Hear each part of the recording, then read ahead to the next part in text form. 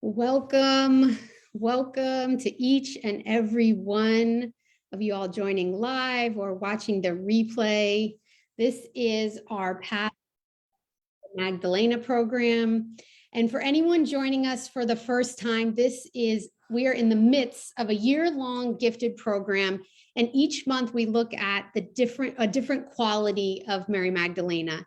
And so throughout the month, we send out a video about that quality. We'll have meditations offered, inquiry questions, different engagement on social media, and a live discussion, which I think is my favorite part of the program. And we have that today. So if you haven't yet registered for the gifted program, we'll put a link in the comments and feel free to just sign up through that link. And we just completed last month, which was nature. And I really we had so much engagement on this quality last month. So I want to thank you all so much for just working with us and exploring this quality over the last month. And today we have a very special guest, a very special quality, and a very special month as it relates to Mary Magdalena. So the month of July holds Mary Magdalena's feast day. And so it's very special to us, of course. And so this month, we have decided to dive into devotion, which is also a very special quality. And we have an extraordinary panelist here today. I have with me Mary Sise, who is, among many other things, the director of the Magdalena Healing Program. So Mary, welcome. We are so grateful to have you here today, especially for this quality of devotion. Oh, thank you, Kara. It's just my joy to be here. I love to be in the energies of Mary Magdalena with a community. It's so much more powerful, and especially this month of July, where we really honor Mary Magdalena's feast day. So thank you for asking me to be here. Of course. So for anybody who's on live, definitely include any comments you have in the chat about anything Mary's saying. And importantly, if you have any questions for Mary Sise on devotion, please put them in the chat and we'll get to as many as we can throughout this Facebook Live. So thank you all so much for joining us, and let's get started. So Mary, could you just start by what is devotion, and how would you define devotion? So devotion is actually a quality of the heart. Okay, it comes from the heart, and for me, devotion is it's love, but it's a little different. There's an action piece to devotion. When I feel devoted to someone, my action is like I focus on it. There's a doingness and a feeling to it. So when I'm devoted, I put my time there. I think about it. Maybe I talk about it. I about what it is. Maybe it's best if with an example. So many of you maybe listening now might have a child or a pet or a partner or something, or a sick parent even, or someone that really, and you love them so much, and you're devoted to that they're going to be okay, that they're taken care of, that they're you think about them, or you're devoted even to your garden. If you're devoted to your garden, you have to water it. You have to take care of it. Otherwise it's looking like my garden some of these times in this hot weather. But it's like, so we're all devoted, and it's not just I have to go to work and whatever. It's like my heart's in it. And so there's a sensation with it, a feeling with it that is distinct from maybe other qualities of the heart, like compassion or love, or that's how I distinguish it. Does that make sense? Mm-hmm. Perfect sense. And Mary, in your video on devotion, you spoke about devotion and fearlessness. Mm-hmm. I'm wondering if you can share about that connection and why that was so intriguing for you. Mm-hmm. So I remember Saima sharing with us that it was Mary Magdalene's devotion to her master and to her, also, we could say her dharma, which is a Sanskrit word that means like your reason for incarnating. What's my dharma in life? Not my job. It could be your job, but it's your dharma. Why did my soul come? What was my original intent, purpose, desire when I said yes to jumping into planet Earth? So, so my mom said that when Mary was so devoted to her master, that she was into her dharma, into her spirit, her soul, you could call it, you could call it a lot of different names, but that it made her fearless. So no one could tell her no.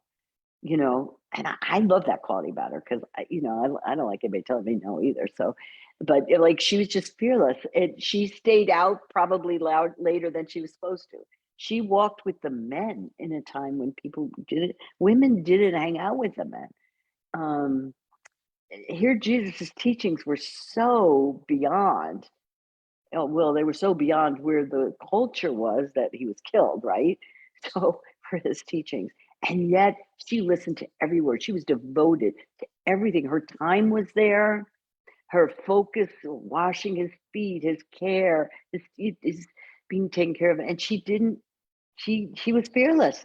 Like she didn't matter that people probably talked about her behind her back.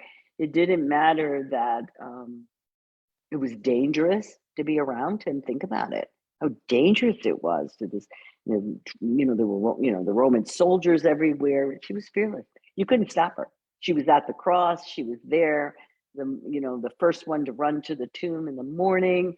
She was fearless, and but the energy of devotion, this deep love, and this deep devotion to her master, she didn't care. And we know, you hear stories of someone whose child gets, maybe a car hits them or run over, and the person just goes and lifts the car up. There's an energy and a power that comes with the energy of devotion. That most of us we don't in the West really associate devotion and power, but there's a great power that comes with the energy when you're devoted to something. Nothing, you don't listen, like you don't care what anybody else thinks. When I think of Mary Magdalena's devotion, I would imagine the questions she asked herself were not can I, but how. It's Mhm. not like a question, oh, will I be able to? It's okay, how? It's just Right. the how, because And she knows where she's going. yeah, Yeah. yeah, yeah. And you see that sometimes we see that with some people on the planet. They're focused on that, and it's like, it's just the naysayers. You can't even listen to them. Yeah. There's a saying, get so far ahead of them. You're so far ahead of them that you can't even hear what they're saying, the naysayers, or the people who tell you shouldn't do this, or even though this is why I'm here. This is what I came for. Can you imagine if we all got really in touch with what did I come to planet Earth for? Why am I here? Mhm. And then didn't let anybody take us off our path. Mhm. How powerful, how we could shift this planet. Mhm. I wonder if anybody on the live has had an experience like that, where you were so devoted to something, it didn't matter. No one and nothing was going to stop you. Mhm. Let us know in the chat a yes or yeah, that happened to me when, because I think we can all relate to that in some Mhm. way. I think the distinction is Mary Magdalena lived every moment or the Mhm. majority of moments of her life like that. Totally. And that's why, if you want to play basketball like Michael Jordan, you watch Michael Jordan. What did he do? Like, or you want to learn how to play golf or tennis or anything, or play the piano. Like if you're really devoted to it, you really watch and you see, what did they do? What did they do? And if we want to be someone who makes a difference, creates something that hasn't been created before. We know we're here for something. You want to have a good role model. And so to really watch and look at, imagine what did she have to do to make the impact? And she had to have the other thing about her is she had no,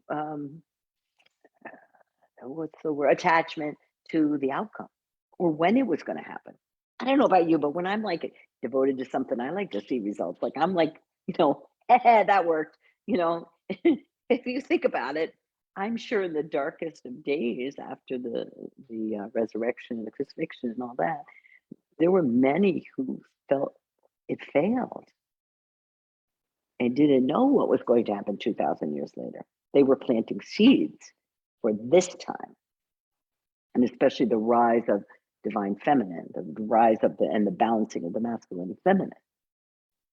So, like, how do I do what I feel I'm here to do and not keep checking? Is it, like, I'll use a baking analogy, and then you'll think it's funny because I don't bake.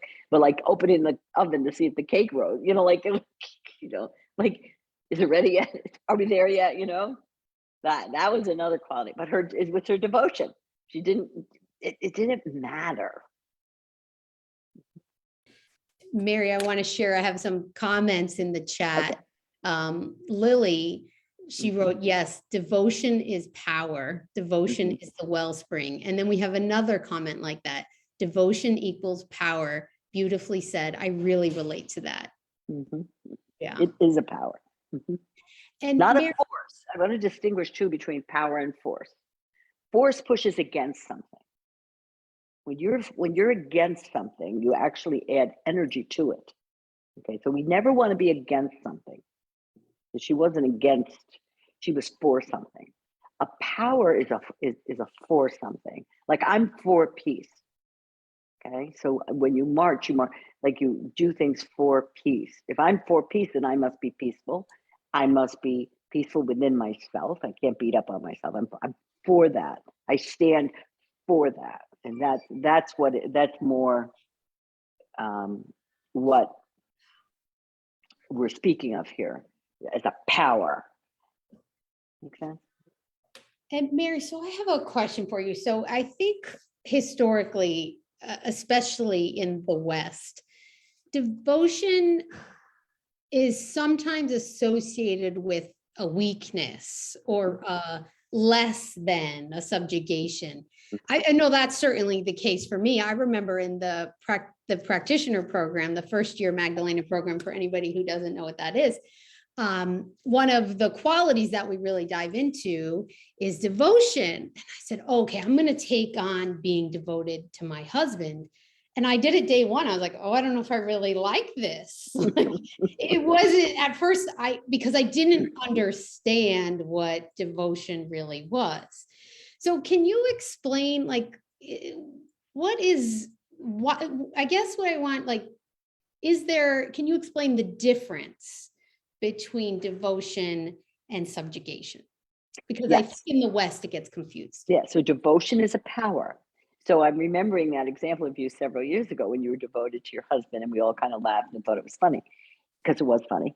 And yet, I think you can explain it here when I say to you, what occurred in your marriage as you were devoted to him? I remember you went and got him a cup of coffee or a bagel or something. I mean, like, it's so unlike, Yeah. But what was the result of the love between the two of you, and what shifted in that as you love someone? It's a power. Why don't you share? I'm turning it on you. That's not how this works. No. I know. Just kidding. But I'm so devoted to you, I'm going to do it anyway. Yeah. So this was a time when my husband had a lot of doctor's appointments and he was, injured. And so I remember what I did is I said, if I were serving Ma, how would I show up every single day? And I started getting up earlier. I started being ready like 5 minutes before to leave. I would plan things out to make sure that, like, he had to go to physical therapy and the doctor. I would just like plan the day out. And what I noticed, the first thing I noticed is he was like, wow, I can really count on her. because that was one of like his perception shift. I don't know. I guess maybe he thought he couldn't before, but he really knew I was there for him. But then what emerged from that was something so sweet in our marriage that it was like a nectar that didn't really exist before. Mhm. And actually, I'm laughing because I think he's watching. I told him to watch today. So, Michael, our sweet nectar is here now. Exactly. Okay, so now look, and now let's take that and overlay it with the soul. When you're devoted to your soul or to your dharma, like Mary Magdalena, now the soul knows it can count on you. You see? So then your relationship with your soul gets stronger. Like, my soul can count on me. She's not going to waver. She's thinking of me. She's getting up early for me. Which is why, we were, oh no, I was telegramming somebody the other day. We were talking about, those gurus that make you get up at 3 a.m. and you can't eat chocolate or something. So like, that's why they have this discipline thing too, but my soul can count on me. I can, and so what happens? A nectar gets released from the soul to you, just like with Michael. It's the exact same thing. There's a nectar, there's a strengthening of this bond and this relationship. And then more and more in the same, whenever you're devoted to your spiritual path, it can descend and you become closer with your soul, just like with you and Michael. Just like some of you with you and your children, you become closer as you're devoted to them. Now, let me just tell you with children, let me make a real big distinction. There's a big distinction with you being devoted to them and you controlling them and your anxiety, because that's a different frequency. When you just, you're there for them, or your garden or whatever, don't have these expectations. They're going to be, whatever. As parents. Yeah. Wait a minute, my speakers. Oh, okay. We can still hear you, Mary. Now it's good. Okay. So what I'm hearing and what I'm actually seeing through my own example is, so I made the choice. Okay. I became aware that there was devotion lacking here and I'm going to be more devoted here.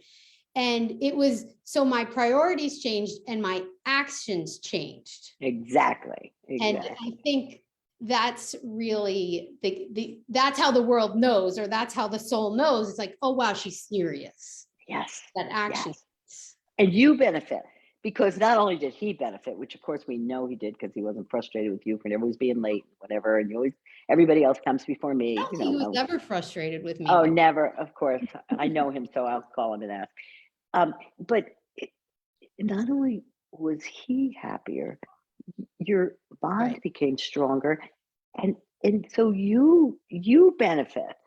Yeah. You benefit. What's greater than having a partner with the love, and you're devoted to him and he's devoted? It begets devotion, and it just begets it. And so now the two of you can become a model of the Master and Mary Magdalena. And can you imagine what our lives would have been like if we saw parents who modeled that?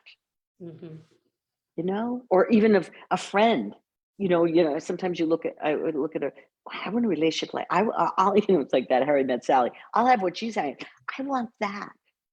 And this is a time on the planet of modeling this, devoted to this, not to the personality of the others, even though Michael's got a great personality, but it's more to the soul of the other. I see God in you. I'm devoted to you, and you're devoted to me, and it's a win. And there's a beauty in being devoted. I never knew that. I love being devoted now. And believe me, 20 years ago, I never would have said that. It wasn't even on my radar screen. Yeah. Yeah. And that's where you can really see the difference between devotion and that Western image of devotion. Yeah. And so, Mary, I see that our time is coming to an end. I do have two more questions for you, though. One is that they're both related to really cultivating devotion. But one thing you shared in your video on devotion is, you started to cultivate it and it was just a little sprout, Mhm. then it became bigger, bigger, bigger. And all of a sudden, it's a big oak tree with a big trunk, and all of the leaves are there too, Mhm. almost creating a place of refuge for the people under the leaves. Mhm. So I guess this is a two-part question. First, how do we start cultivating devotion? And then what's the opportunity to serve others as you grow your leaves in that way? Okay. So to cultivate devotion, first decide, wow, I was unaware. I didn't know. This is what I really want to do. And then choose something, I would say, that you're going to, it could be your meditation practice. It could be whatever. You're going to be devoted to it. You're going to love doing it. You're going to, or someone, or Mary Magdalena even, or learn about her, read about her, spend time with her, talk to her, like begin to just cultivate. It's kind of like, how do you cultivate a relationship with a guy you want to date or a woman you want to date? Like you've spent some time there, okay, and minutes, and then expand it even more,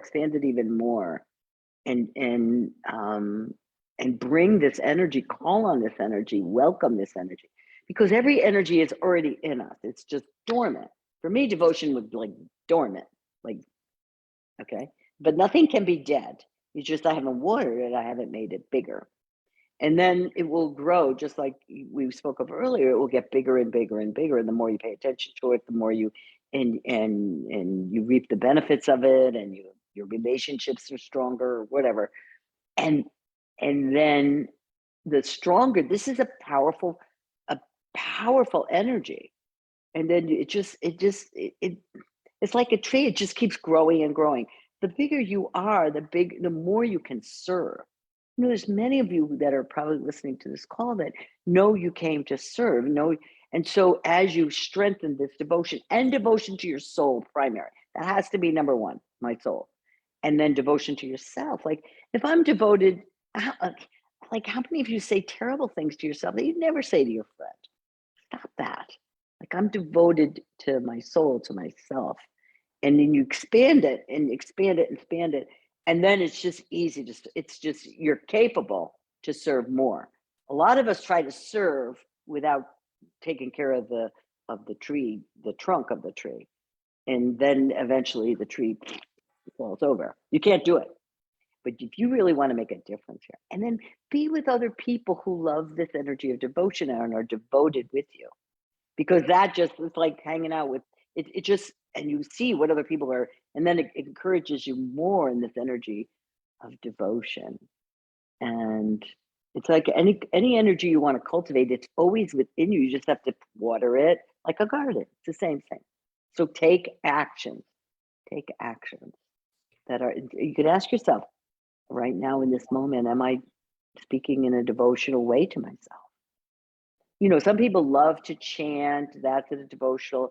I personally love devotional music, but it's more Christian music. I find on the Christian channel, some of the words are so beautiful. You might remember some things you learned in church or whatever, but there is something that just opens the heart, and just, for me, music does it. For some of you walking in nature, you find your way, cultivate it, make it important, make it a priority, rather than just living kind of like a robot.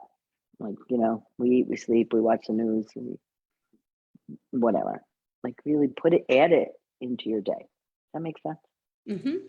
And so for anyone who's watching live, either live or the replay, I offer the opportunity to write in the chat anything or one thing that you're committed to cultivating devotion around for this month.